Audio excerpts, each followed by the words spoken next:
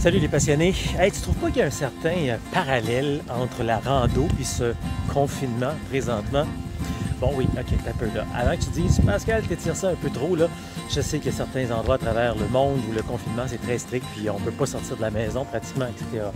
Mais par chez nous, au Québec, on appelle ça d'ailleurs un moment de pause, ce confinement. Ce qui veut dire qu'on est essentiellement à la maison, où des fois on va prendre justement une marche, une rando, puis on prend le temps de faire quoi? De réfléchir, de peut-être même de se ressourcer dans un sens avec la famille, avec les gens qui sont proches de nous à la maison. C'est un peu ça finalement quand on fait de la rando. Hein? On part en rando un jour, une semaine, un mois. On prend le temps de se reconnecter avec nous puis de se faire du bien. Je ne dis pas que le COVID nous fait du bien, mais le confinement nous permet de prendre une pause puis peut-être de réfléchir sur des affaires qu'on n'avait jamais le temps de faire auparavant. Puis ça, ben, c'est monsieur, madame, tout le monde finalement qui le réalise. Comme nous, toi et moi, on fait régulièrement quand on va faire une rando. C'est pour ça que je fais un beau parallèle entre la rando puis le confinement. On peut juste espérer qu'après ce confinement, on pourra continuer. Puis les gens prendront davantage de temps pour eux, prendre une pause et qui sait, peut-être davantage marcher. C'est bon pour notre santé physique, c'est bon pour notre santé mentale également.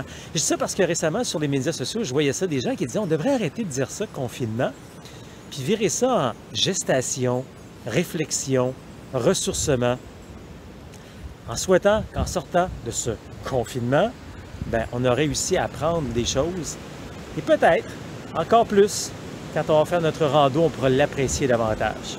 Salut les passionnés, c'est Pascal Auger, journaliste, conférencier, formateur, secouriste certifié pour Québec-Compostelle qui est préparé, formé, inspiré pour marcher au Québec ou encore Compostelle et instigateur, coordonnateur du Chemin du Québec, 1200 km entre Montréal et le phare de Cap-Gaspé.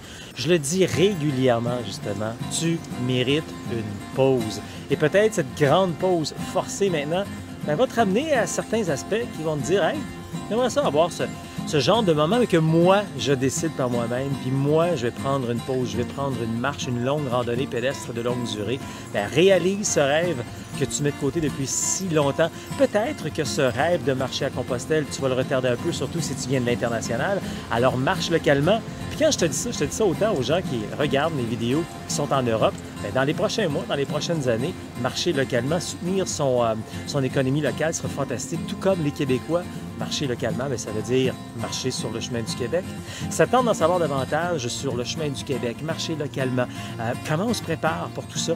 Bien, je t'invite à aller faire un tour sur québeccompostelle.com. Pendant ce confinement, on a tout un programme complet de préparation et de formation en ligne que tu peux suivre. Également, nos week-ends de formation rando se poursuivent également. Tu peux les faire, que ce soit en ligne, avec une portion qui sera en direct, en personne bientôt, quand on va terminer ce confinement. Parce que Québec-Compostelle, ça marche.